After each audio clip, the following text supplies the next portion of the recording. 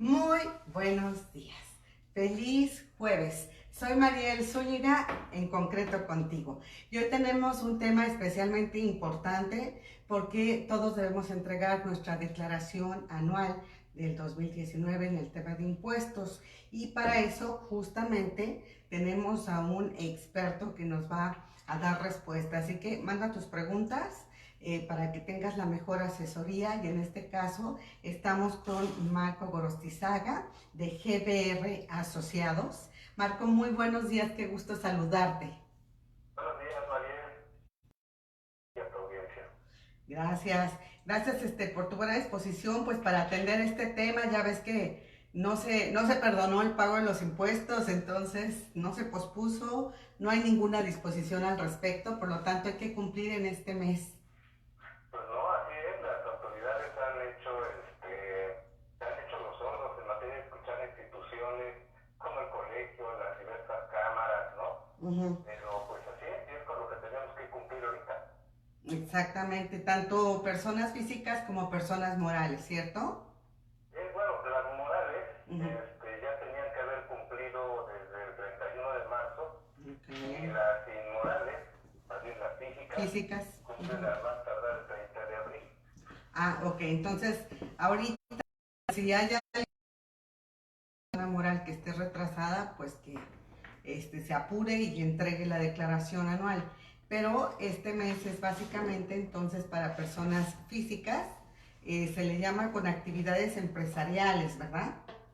Bueno, de hecho son todas, ¿eh? Hay Uh-huh. personas físicas que tienen sueldos honorarios, arrendamientos. Toda la persona física tiene distintas actividades, pero incluso los asalariados, Uh-huh. aquellos que rebasen más de 400,000 pesos de ingreso, Uh-huh. están obligados a declarar. Okay. Aquí lo que cabe resaltar es que en una gran mayoría de los que tienen ingresos por salarios resultan con impuestos a favor, y el SAT en eso sí está cumpliendo. En aquellas devoluciones que son inferiores a 10,000 pesos, las Uh-huh. está realizando en un lapso menor de 5 días hábiles. Ajá, Pero entonces sí es para todos, es para a todas las todos. personas físicas. Incluso aquella figura de los que están por nómina, pero que también hacen actividades extra, ¿no? ¿Te acuerdas? Bueno, aquí está ya Hugo Loya, nuestro experto analista con nosotros. Un gusto saludarte. Buenos días, Hugo. Sí, Sí. sí, un gusto. Buenos días, Hugo. Sí, yo me acuerdo de esta figura de aquellos que están en nómina, pero que realizan actividades Que aparte, tiene un segundo un patrón. segundo patrón, que Sí, son aquellos que tienen freelance. más de dos ingresos, bueno, un ingreso adicional al de salarios, ya sea otro salario Ujú. o cualquier otra actividad, están obligados a presentar declaración, sea cual sea su ingreso. Ok, pero así hace énfasis en que particularmente aquellos que reciben más de 400,000 pesos al año. Así es, y Correcto. nada más cuyo sea el único ingreso el que tengan, ¿me explico? Sí, correcto. Bueno, yo lo que he visto es que hay muchas cosas que tomar en cuenta en este tema. Aquellos que pagan hipotecas, hablando de las hipotecas en la actualidad, ¿no? Y de si conviene o no conviene, ahora es la pregunta al tomar los apoyos de los bancos. Pero independientemente de eso, siguen siendo deducibles los intereses que se cobran en las mensualidades, en el pago de la hipoteca, ¿correcto? Es correcto, aunque hay que cabe aclarar que es deducible el interés real. Uh-huh. Me explico mejor, el interés real es aquel que después del interés que te cobraron, Uh-huh. le restas la inflación y te queda un interés real. ¿Sí me explico? Sí, sí, no es todo lo que estás pagando tú en intereses Así es. en tu Como no recibo. todo lo que tú ingresas por intereses Sí. es acumulable, también nada más es acumulable el interés real. Correcto. Pues ya tenemos preguntas. ¿Tienes allí alguna, Hugo? Nos comentan si es buena figura el RIF para choferes de Uber o vendedores. Ah, hay que explicar un poquito qué es esto del RIF, ¿verdad? Ok, sí, es el régimen de incorporación fiscal que salió ya hace algunos años, con la idea de ir paulatinamente, ir incrementando los ingresos acumulables. Para específicamente lo que es Uber y algunas plataformas, este régimen ya dejó de ser aplicable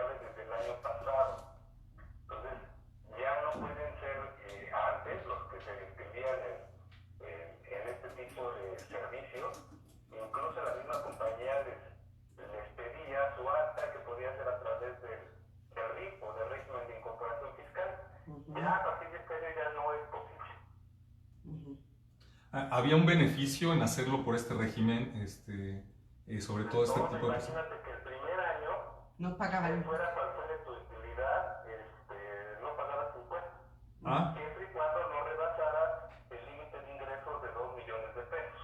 ajá, Ok. Entonces, y era solamente, como decía Mariel, era Sí. para actividades empresariales. Exacto. Entonces, específicamente en la pregunta, ya no son susceptibles de incorporarse a este régimen los trabajadores de Uber y este tipo de servicios. ¿Quiénes más quedarían exentos, Marco, para hacer un poquito más claro? O la pregunta al revés, ¿quiénes pueden sí aspirar a este el régimen? régimen. Pues mira, todos aquellos que tuvieran alguna actividad empresarial. ¿Y qué es una actividad empresarial? Por ejemplo, yo soy un electricista, proporciono cableado, trabajo por mi cuenta, hago reparaciones, yo puedo hacer un régimen de incorporación fiscal. ¿Un estilista? ¿Perdón? ¿Un estilista? Un estilista, arrendamientos también hasta cierto importe, ¿sí? Profesionistas que no solamente presten servicios profesionales, sino que adicionen algún tipo de, ¿cómo diríamos?, de insumos, pueden ser en materia de publicidad incluso. O sea, los que tienen tianguis, los que tienen algún negocio, comercio, fábrica, y aclarando que no hayan rebasado, que no rebasen en el año un ingreso de 2 millones de pesos. De 2 millones, no rebasar. Ok, entonces sigue siendo la exención de no presentar pagos el primer año en este esquema, ¿no? Del RIF. O sea, sí presentas declaraciones pero no pagas. trimestrales, pero el primer año estás exento al 100%, el segundo al 90%, el tercero al 80% y así hasta terminar los 10 años en el que ya estás incorporado al 100%, ¿me explico? Sí, totalmente, muy claro. Por ahí tienen algunas preguntas más porque dice, si no si no presento mi declaración al 30 de abril, ¿qué pasa? Pues mira, si no la presentas hay requerimientos. Primero la autoridad lo que hace es enviarte una invitación Sí. a tu buzón tributario normalmente. Sí. Entonces, si no haces caso a esa invitación, entonces ya llega un requerimiento. El requerimiento ya es formal. El Sí. requerimiento ya es una exigencia. Exacto. Y si ya llega el requerimiento, entonces te van a aplicar una multa sobre aquel impuesto que no hayas presentado. Ok. Muy bien, entonces pues mejor cumplir. Aunque sea digo, si es saldo a favor, mucho mejor, pero aunque sea, se le llaman ceros, ¿no? Cuando ni... Mira, yo creo que ahorita, como tienes la gran ventaja de consultar en el SAT, tú puedes ver en el SAT si soy asalariado, si ya, qué ingresos me tiene cargado o considerado ya el SAT, y me doy cuenta pues qué impuesto es el que a lo mejor tuviera a cargo o pudiera tener a favor. Dependiendo de la actividad, si es básicamente por asalariado, realmente ni siquiera requieres la asesoría de un contador. Pero si tienes más de un ingreso, lo más seguro es que sí la vayas a requerir para ver cómo presentar mejor tus declaraciones. Sí. Y otra es de que a veces por el miedo de presentar, la gente accede a presentar la declaración aún no teniendo el ingreso. Incluso he tenido casos que tú puedes pedir un pago en parcialidades, vamos a decir que tienes que pagar 20,000 pesos y quieres hacerlo en 3 parcialidades de 6,666. Hay casos en los que solicitan las parcialidades y luego no las cumplen, y entonces ahí sí ya viene un requerimiento, ya ni siquiera es una invitación, y viene un requerimiento por el total del adeudo que quedará pendiente. Ok, no, pues aquí mejor nos vamos derechitos y cumplimos. Una pregunta, Hugo. Sí, nos preguntan qué recomendaciones, sobre todo para las empresas para las personas que comienzan a tener un trabajo formal o que ya necesitan tributar, qué recomendaciones harías para poder hacerlo? ¿Cómo deben empezar estas personas que nunca han tenido contacto con una declaración? Mira, básicamente, si estamos hablando de que el año pasado ya tuve actividades,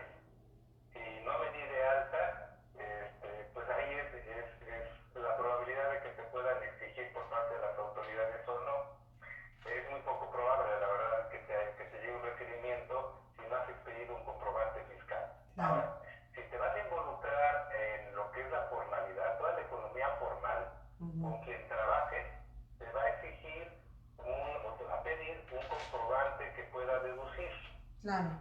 Dependiendo del tipo de actividad, si es por honorarios o es una actividad empresarial, es que tú te das de alta en la Secretaría de Hacienda. En principio, pues puedes ir a alguna secretaría, digo, obviamente no estos días, pero te asesora. O puedes acudir con un contador y decir bajo qué régimen te conviene. Y regreso, si es en el régimen empresarial, yo diría que lo más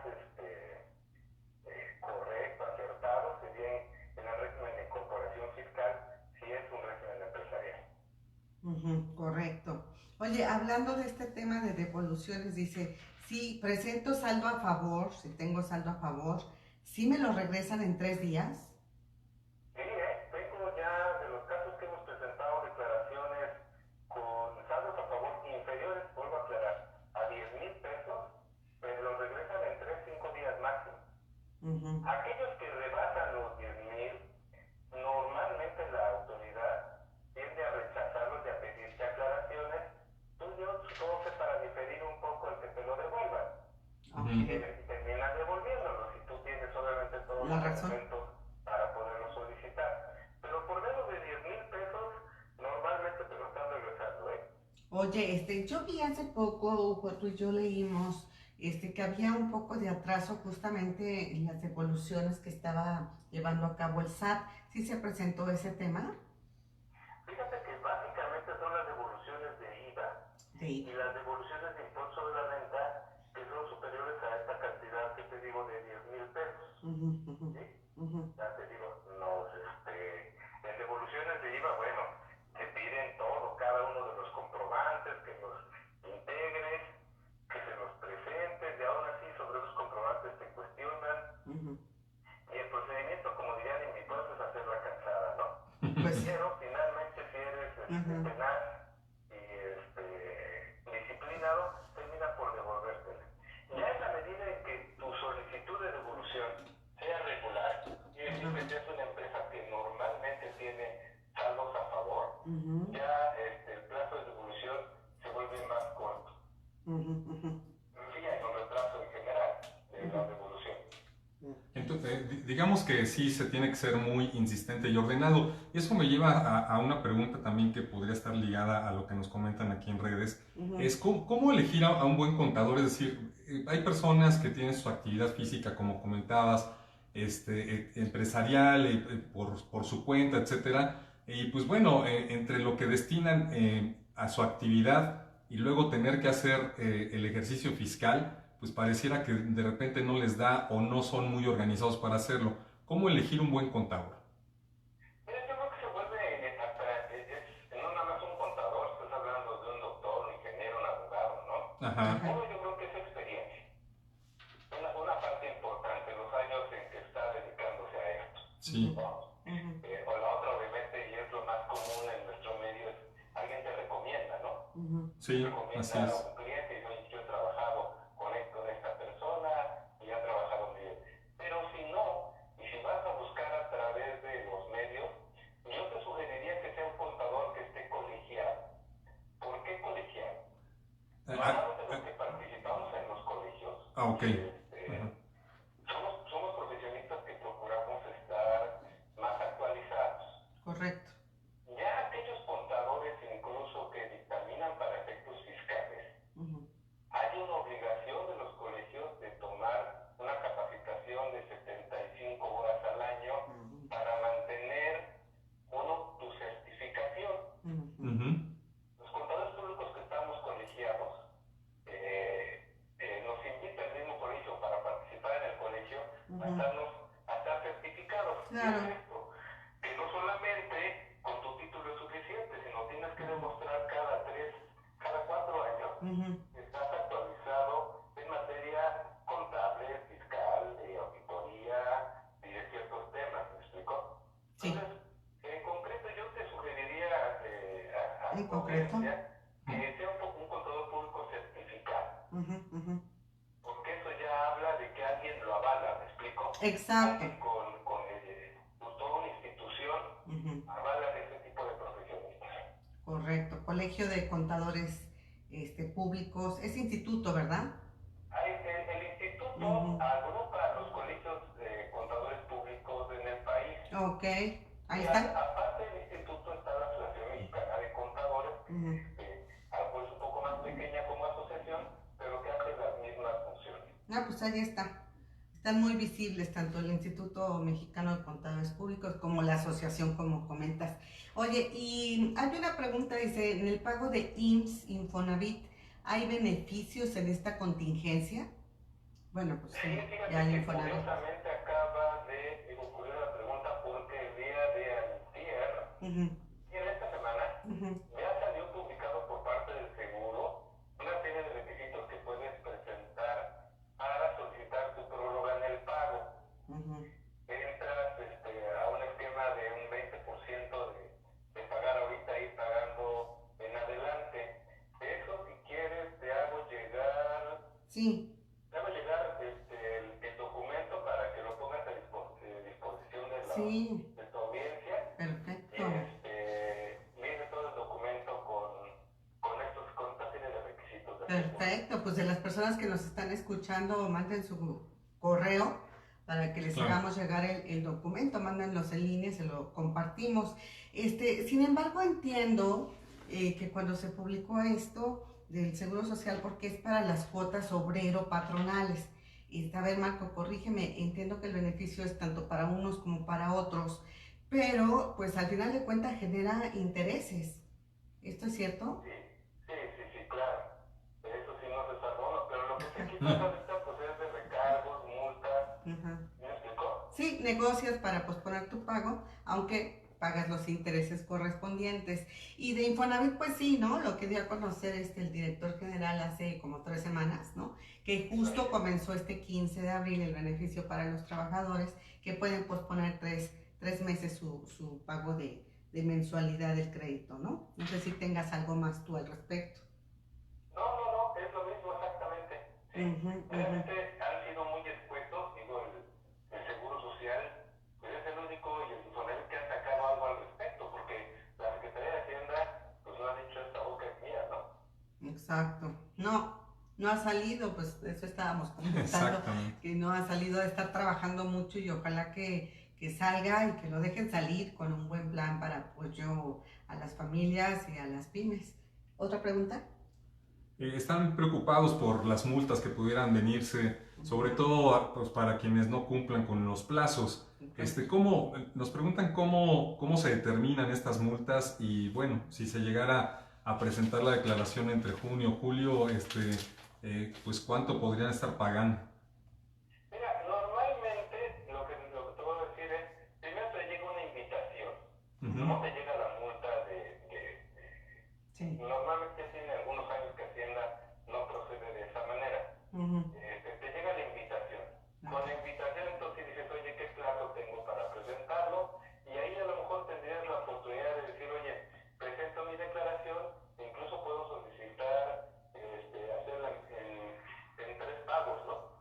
Exacto. O sea, tienes la posibilidad de negociar. Más que de negociar, ya está establecido ese beneficio en la ley, ¿me explico? Tú lo puedes hacer así. Correcto. Entonces, bueno, responder a la invitación, que es una invitación de esas de a fuerza que tienes que cumplir, y allí pues ya viene el plazo para pagar con los recargos correspondientes, ¿verdad, Marco? Así es, y mira, incluso para evitar la multa, ahora sí que un tip, si por cualquier cosa llegara el requerimiento, los requerimientos surten efectos a partir del día siguiente de su notificación. Es decir, si hoy recibimos un requerimiento, va a surtir efectos a partir del día siguiente. ¿Esto qué significa? Que si hoy presento mi declaración, no tendría multa. ¿Correcto? Sí. Entonces, primero les va a llegar una invitación. Entonces, no se preocupen. Aquellos que ahorita no quieran presentar su declaración porque no tienen los ingresos, no quieren comprometerse al pago, en materia estamos hablando de declaración anual de personas físicas. Sí. Pueden esperar la invitación y todavía aún después de la invitación pueden esperar un X tiempo. Ahí sí ya nos podría decir qué tiempo, porque tarda mucho en función de cómo se organiza la Secretaría de Hacienda, incluso en los estados, que luego son los que notifican para llevar a cabo un requerimiento.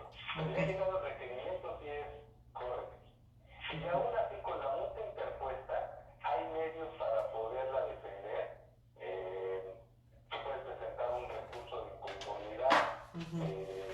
Para no pagar la multa, ¿no? Sí, exacto.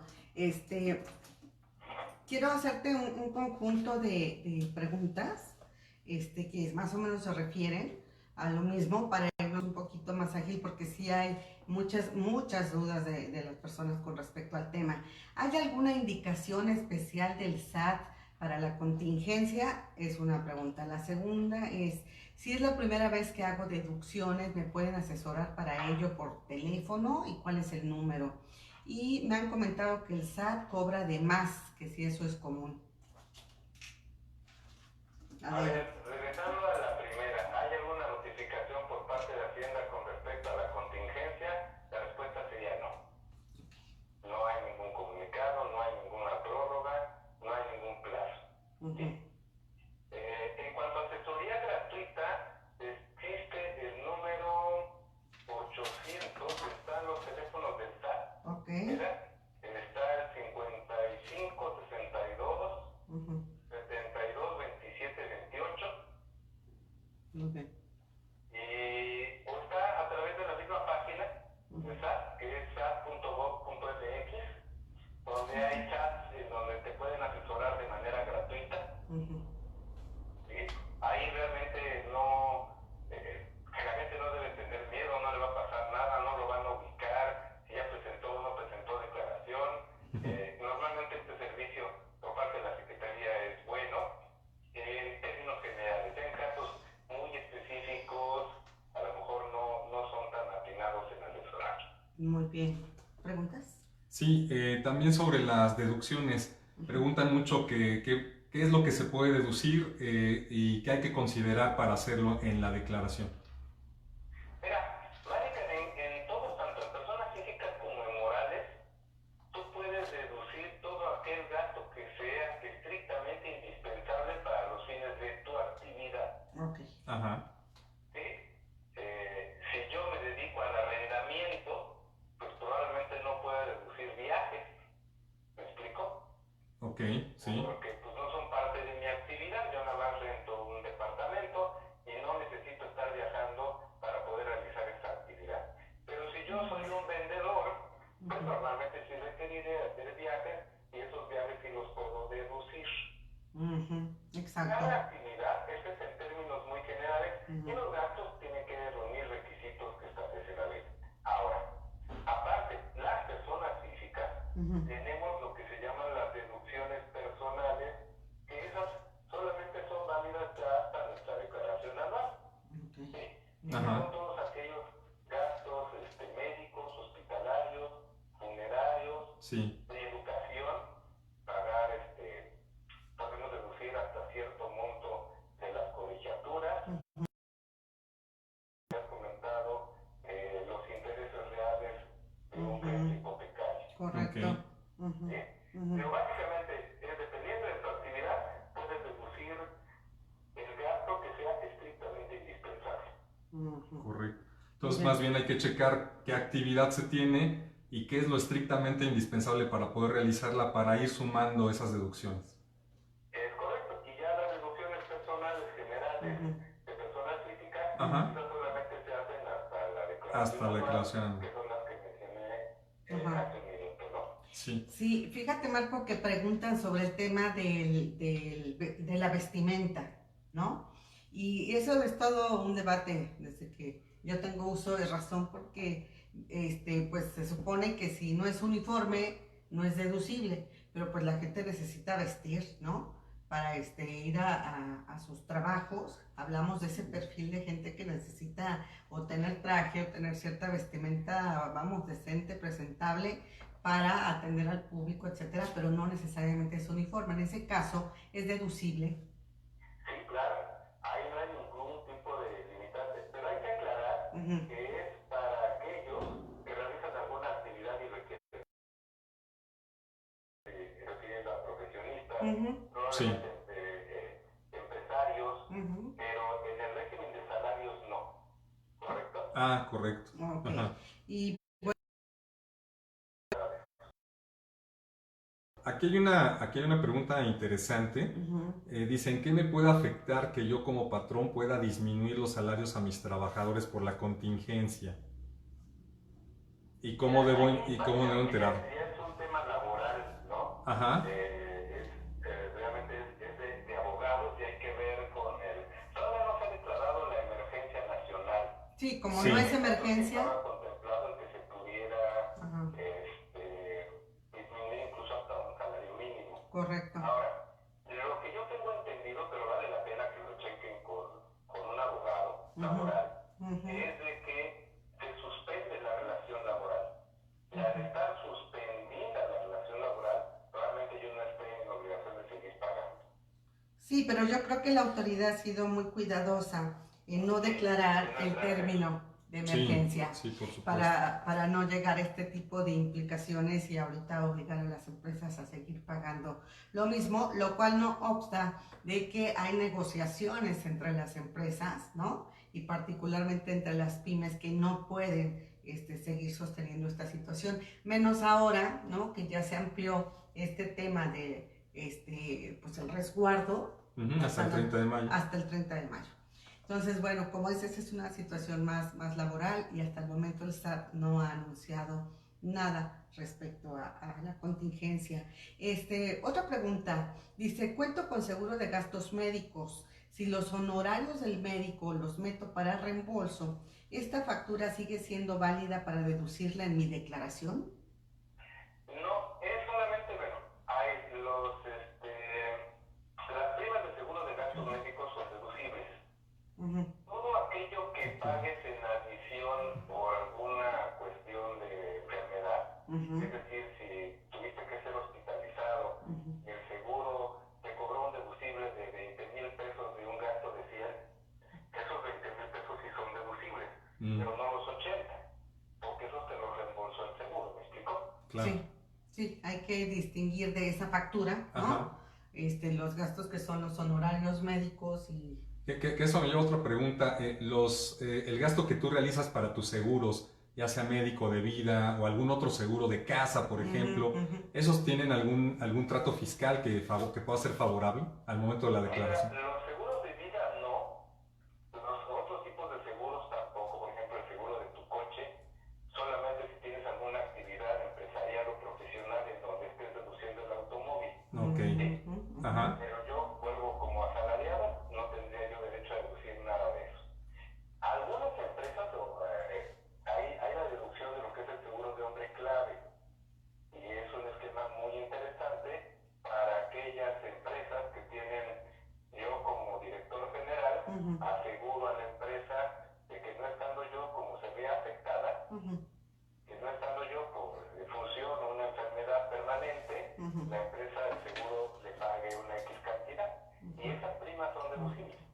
Hombre, claro. Es un esquema interesante de deducción. Sí, qué interesante, pero es una póliza aparte. Y por último, hay mucha inquietud sobre el esquema de arrendamiento de auto.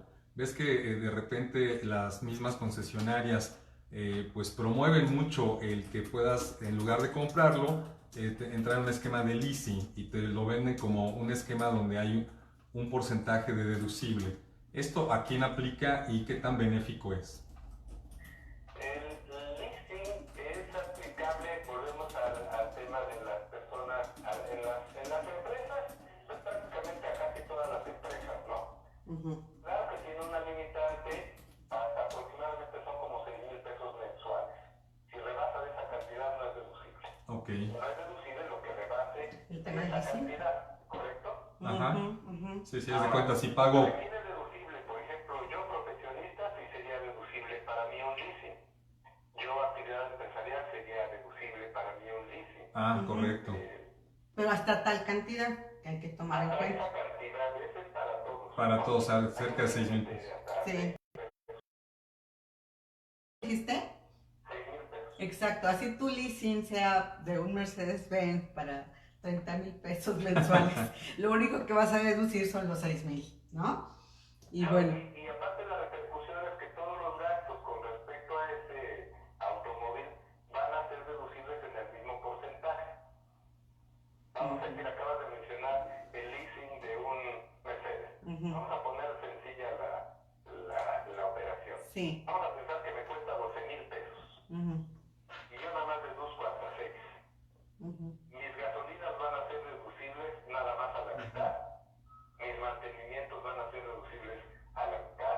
Las llantas a la mitad. ¿Me expliqué? Ajá. Sí. Pero tienes... Mi leasing total, porque tengo un carro más económico, así contraté yo con las arrendadoras un leasing, aunque sea de un Mercedes, en 6,000 pesos, el 100% de lo que gaste va a ser deducible. Ah, correcto.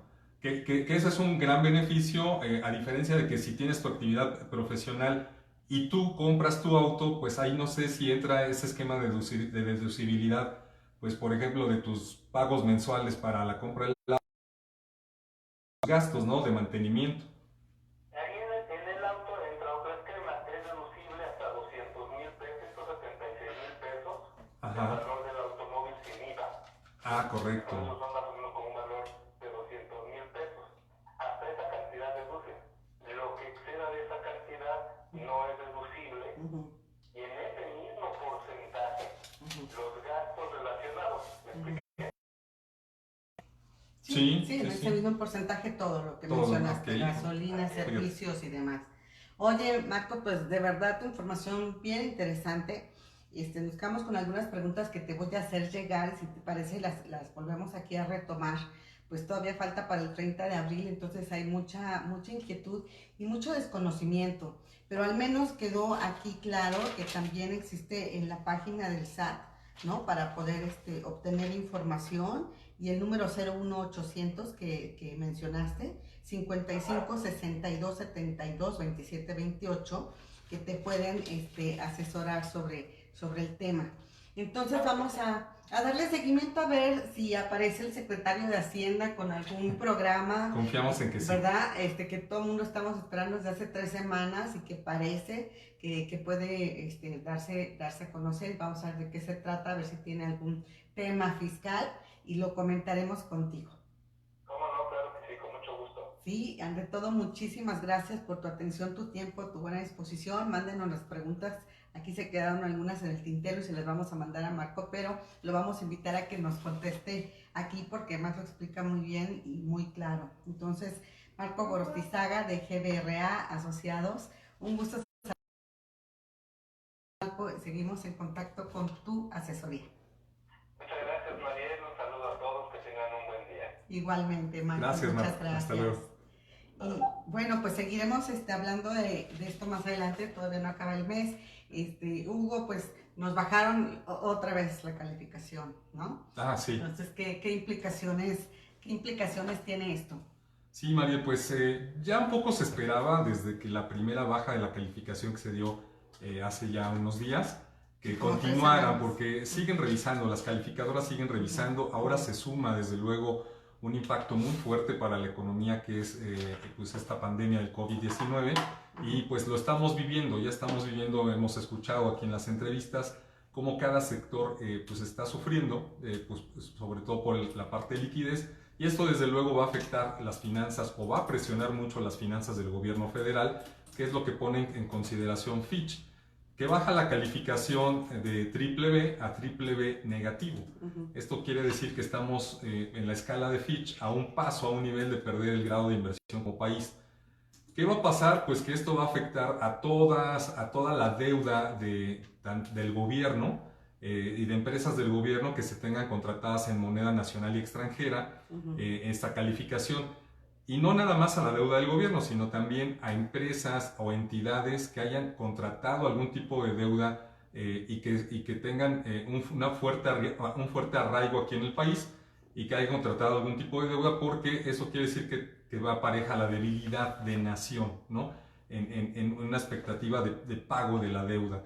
Así es que, pues bueno, sí, no es una noticia positiva, se esperaba un poco. Sin embargo, los mercados reaccionan, el tipo de cambio vuelve a subir, se llega otra vez a los 25 pesos y así va a estar, Mariel, va a ser una montaña rusa en estos días con noticias financieras que pueden afectar desde luego la toma de decisiones para las inversiones. Sin embargo, pues hay que tener las antenas bien puestas y para ver hacia dónde podemos movernos. y estuve revisando qué estaba pasando con algunas oportunidades de inversión que platicábamos ya, y se ve muy positivo el poder destinar algunos recursos a la compra de oro o de metales preciosos, que siempre son un refugio, Mariel, siempre se consideran un buen refugio, porque pues la gente, sobre todo los ahorros medianos, pequeños medianos, pues encuentran ahí un buen refugio.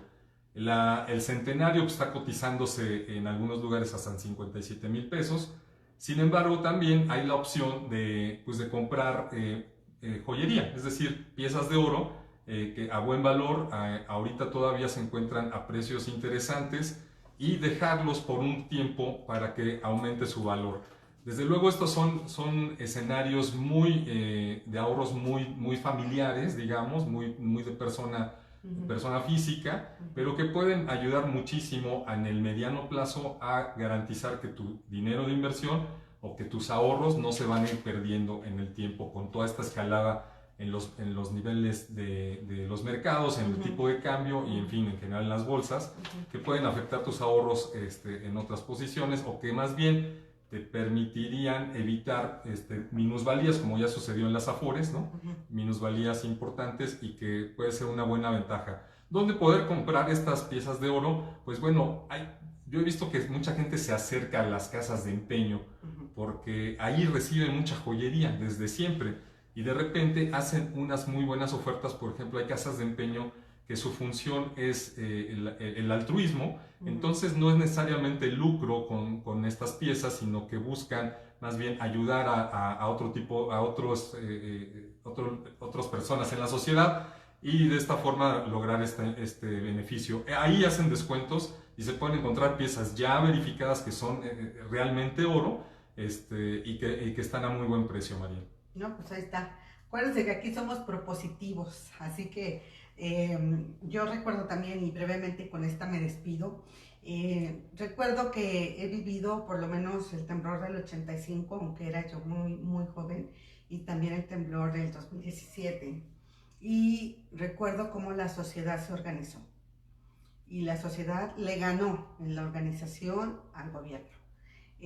Así que aquí ahora también es una prueba de fuego para que nosotros, ciudadanos, nos organicemos, saquemos iniciativas, fórmulas entre nosotros, sinergias que puedan funcionar. Acuérdense, la palabra es reinventarse, y lo que vamos a hacer ahorita seguramente nos va a ayudar muchísimo para cuando pase esta contingencia, porque la recuperación no va a ser de ya pueden salir a sus casas y todo sigue normal, no.